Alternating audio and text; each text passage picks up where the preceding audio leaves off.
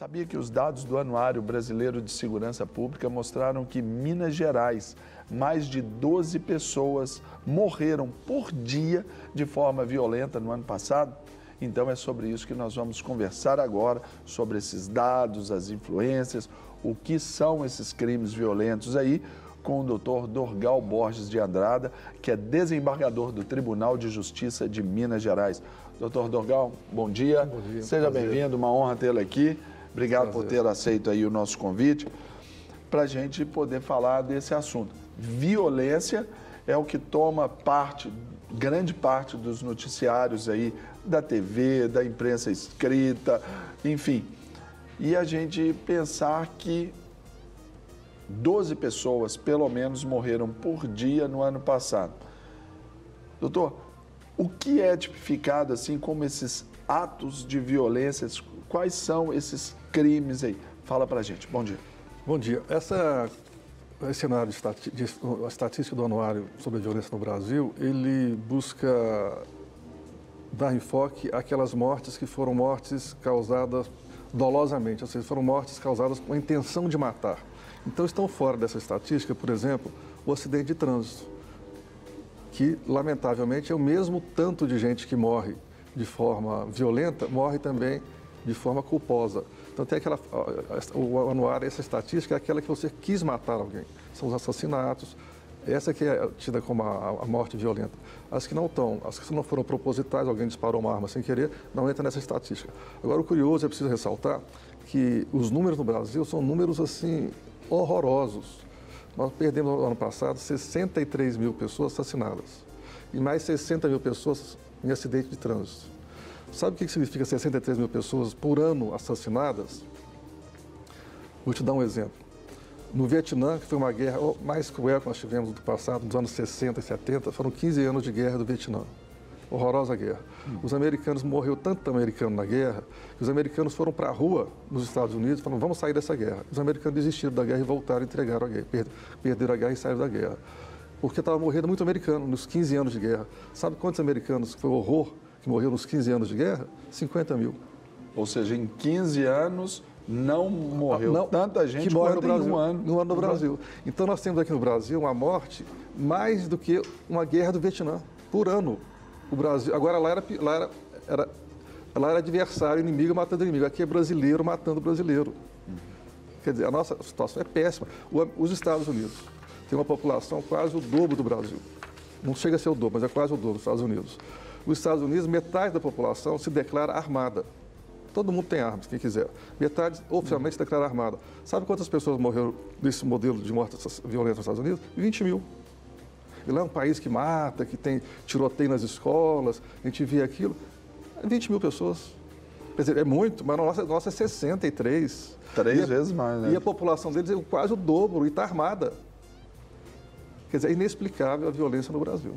Agora, doutor, para a gente dar esses números aos nossos telespectadores, eu quero chamar a atenção para essas telas que aí agora são exibidas para você, que o Brasil registrou 63.880 mortes violentas em 2017, o maior número de homicídios da história. A fonte, né, o Anuário Brasileiro de Segurança Pública de 2018. Observe essa outra tela também, por gentileza. Temos mais um registro aí para fazer para vocês. Aqui em Minas Gerais foram registrados 104 casos de latrocínio, que é o roubo seguido de morte, em 2017, sendo 10 em Belo Horizonte. E ainda foram 66 casos de lesão corporal seguida de morte no estado de Minas Gerais em 2017 contra 60 no ano anterior. Ou seja, um acréscimo aí de 10%, de 16 para 17. E ainda mais um outro dado estatístico aí que, apesar do grande número de casos, Minas tem a quarta menor taxa do país, atrás apenas de São Paulo, Santa Catarina e Distrito Federal. Doutor, quando a gente observa esses números aí, de 2016 para 2017, aqui em Minas Gerais, nós tivemos um aumento aí quase que de 10% desses crimes. Hoje, o que pode ser feito, o que está sendo feito, estudado, até para estabelecer essa relação causa e efeito dentro desses crimes violentos? Olha, esses crimes, nós sabemos, a razão disso é muito complexa, não é tão fácil. Eu diria que nós temos, na minha experiência, eu fui delegado, fui promotor, fui juiz, na minha experiência, nós podemos, de uma maneira assim, mais imediata, de forma paliativa, tentar combater isso, eu acho que é de uma forma. Mas o que estava no fundo disso, a razão disso, muito a longo prazo, a médio prazo, são outros motivos. Eu acho que de imediato, um paliativo, não tem outro jeito a não ser fortalecer a polícia. Aumentar o número de polícias, fortalecer a inteligência da polícia, aparelhar a polícia, pagar melhor o policial. Você sabia que aqui em Minas Gerais, mais das metades da cidade, nós somos 850 municípios, mais da metade dos municípios, mais de 400 cidades não tem delegacia? Então parece que não tem violência em Minas Gerais. Depende das comarcas, né, vizinhas. Quer dizer, mais de 400 cidades em Minas não tem um delegado, não tem um detetive, não tem um escrivão, não tem delegacia de polícia. Isso também até explica um pouco até a preferência aí dos bandidos aí quando processam ali aqueles assaltos com explosão de caixas de banco nessas pequenas cidades. Não tem delegacia. Né? Porque então, fica mais fácil para eles. Exato. Eu penso que de imediato é fortalecer muito a Polícia Civil. E outra, Polícia Civil, nós falamos muito em PM, que é necessário, mas a Polícia Civil, ela é que gera o início, digamos assim, do processo. Ela é que faz a investigação, ela é que faz o inquérito. Se não houver investigação e inquérito, não vem para o juiz um processo para condenar. Então a impunidade é grande. A impunidade, que eu acho, hoje em dia, é o que mais incentiva, né? Você sabe que não vai acontecer nada, não vai acontecer nada. E, por exemplo, com a implantação lá do SUSP, né, que é aquele sistema único aí, isso também é uma medida que pode também já ser mais efetiva aí com esse estabelecimento? De imediato, eu acho que vai ajudar. Mas o SUSP, que é o novo ministério, o Ministério da Segurança Pública, ele tem aspectos positivos e negativos. Ele é bom quando ele obriga as polícias dos estados a dar metas e o Ministério incentiva algumas polícias. Mas também ele unifica, né, um banco de dados. Mas também é preciso tomar cuidado, porque se nós ficarmos dependendo tudo de Brasília, não agirmos, mas como é que Brasília quer, como é que Brasília não quer? E fica todo mundo paralisado. Eu acho que os estados têm que agir com suas polícias civis, fortalecer a polícia civil, fortalecer a polícia militar. Isso é de imediato. E combater, sobretudo, 70% dos crimes, aí isso não são só homicídios, tem alguma relação com droga.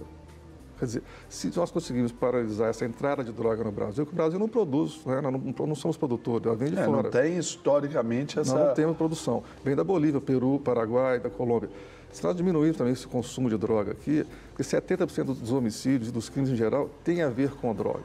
Então, acho que de imediato, combater a droga, o tráfico de drogas, a entrada de drogas e fortalecer as polícias. Mas isso não vai resolver. Vai resolver, na minha impressão... Isso é aquela medida de choque ali, assim, de... Um paliativo. É um paliativo, mas é aquela que, ó, vamos colocar ordem, agora, aí depois vamos trabalhar a questão de educação. Agora, eu penso que, a longo prazo, o que é? A nossa estrutura judiciária, a estrutura policial, está muito ultrapassada. O judiciário não funciona com a rapidez. O crime ele é combatido como? Primeiro a PM faz um boletim, manda para o delegado faz um inquérito, manda para o promotor depois estuda, manda para o juiz. São 4 etapas. O bandido não tem 4 etapas. E são 4 etapas longas, né? Longas, é ultrapassado até mesmo isso. Porque, por exemplo, dentro, se a gente for falar aí, o senhor citou a droga e esses bandidos, a rotatividade ela é incrível. Por exemplo, se matar hoje o chefe de um tráfico numa comunidade, hoje mesmo já tem alguém tomando o posto dele. Ou seja, não fez falta nenhuma, vamos dizer, né? É que, digamos, eles são a iniciativa privada, eles agem com rapidez. O crime está muito moderno, está modernizado, estão com rapidez e velocidade. E a estrutura policial, a estrutura judiciária, a estrutura do poder público tem o dever de combater isso, o Ministério Público, estão, de certa forma, num modelo muito superado. O Brasil vive ainda o modelo da década de 40, 50, com pequenos ajustes. Nós não tivemos uma reforma boa, uma coisa moderna no Brasil. Agora, mais grave do que isso, eu acho, que isso aí a médio prazo tem que mudar a estrutura jurídica, policial, a estrutura do governo, no que diz ao combate à... Mas que mais grave do que isso é a perda de valores. A sociedade nossa, o tênis vale mais do que uma vida. Então você mata por causa do tênis, para comprar droga. Não quer ficar um segundo por fora da nossa programação? Agora você pode nos acompanhar através das plataformas digitais. Não perca tempo, acesse, curta e siga-nos. fique por dentro de tudo o que acontece por aqui. Rede Super, inspirando você.